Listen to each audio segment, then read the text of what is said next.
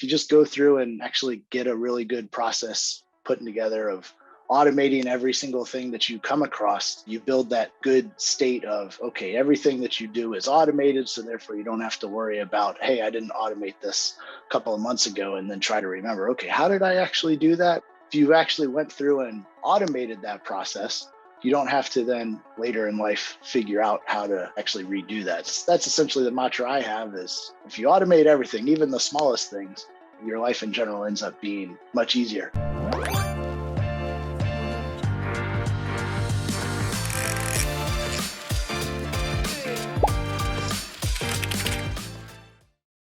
Hey everyone, welcome to another Hatchpad Insight. I'm Lauren Alexander, one of the creators of Hatchpad, the career hub connecting technologists with emerging startups.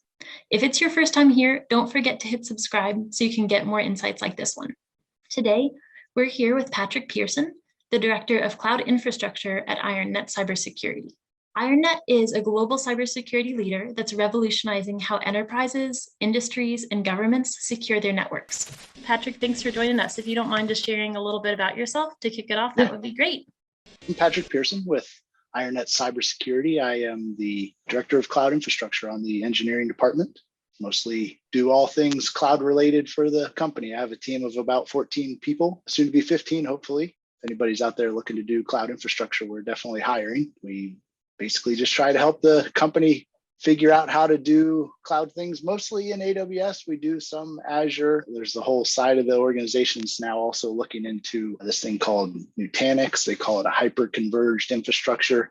It's all somebody else's cloud somewhere, but that's essentially what my team is involved in, is just doing cloud things.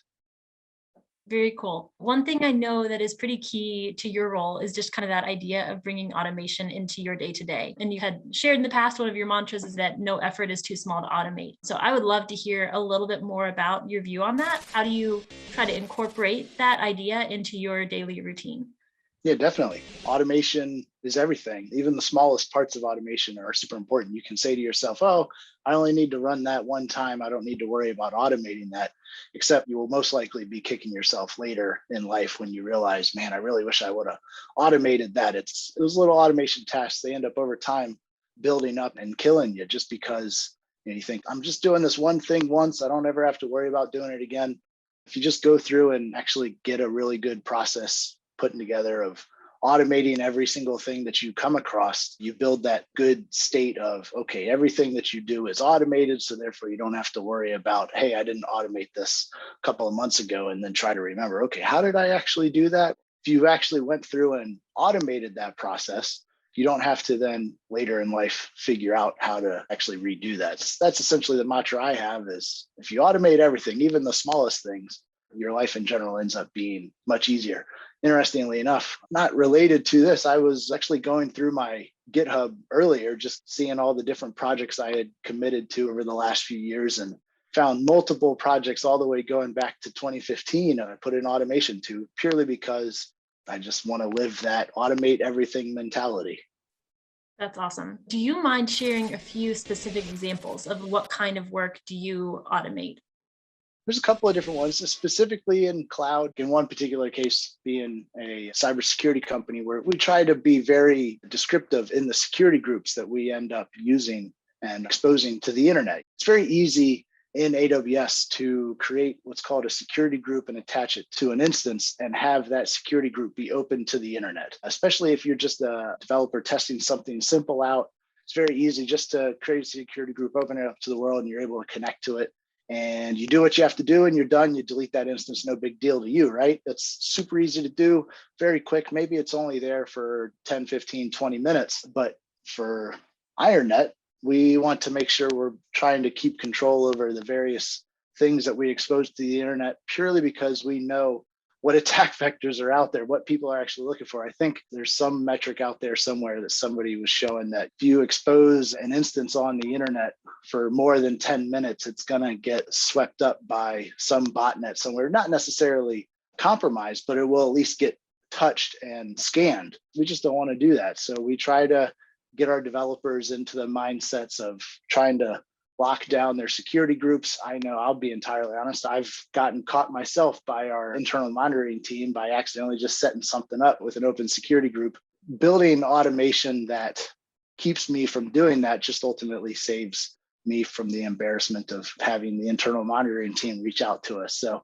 something as simple as that, just making sure that you're not opening a security group to the 000/0 rule of opening it to the world and actually specifying the specific IP address you want to connect to just inherently makes you more secure. And it's just something very simple that you can kind of automate with so many different tools that are out there. There's so many tools that orchestrate AWS environments that you can kind of go through and just figure out, hey, I don't want to open this up to the world. I just want to open it up to my IP address. It's a very simple automation there, and it just helps you in the long run. So just working with a team of engineers that are all trying to collaborate on this, any form of automation is going to impact one another. So do you have any tips as far as how someone can automate in a way that's both beneficial like to themselves, but that also might help their team down the road? That's a good question. One of the first things that popped in my head there is using some sort of build system and not necessarily building it towards something that maybe runs on your laptop, but using some sort of thing like Jenkins or even some of the different other build tools like GitHub Actions or you name it, TeamCity. Any of them, in my opinion, are all kind of the same as long as you're building towards that goal of automating the tasks that you're doing. I'm not necessarily getting into tools or build system discussion there. Ultimately, just having a good system that you can trust will execute the automation that you're building in whatever form you build that automation is the key importance there of trusting the system to do it and have your whole team essentially in a position to understand that system well enough to continue to improve it. Because the first time you set it up may not be perfect. It may do kind of the one thing you want it to do, but as you start to iterate over it and make all of your various automation tasks more used and more readily built upon, that's when you start really seeing the benefits of it. Because that one little thing you added 2 years ago may not be that big a deal, but as you get into the mindset of building that automation, 2 years of built up automation is really going to be a powerful system. Absolutely.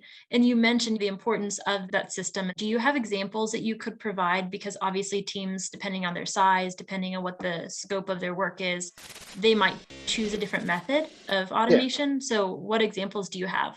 It's funny. IronNet actually, I kind of feel like we have the thought that we've taken a step back in the automation build system world. My team provides a Jenkins environment. And a lot of people will say, wow, Jenkins, that's so 2010, that's so 2000, it's been out there forever. We got together with a lot of different folks from a lot of different parts of the organization.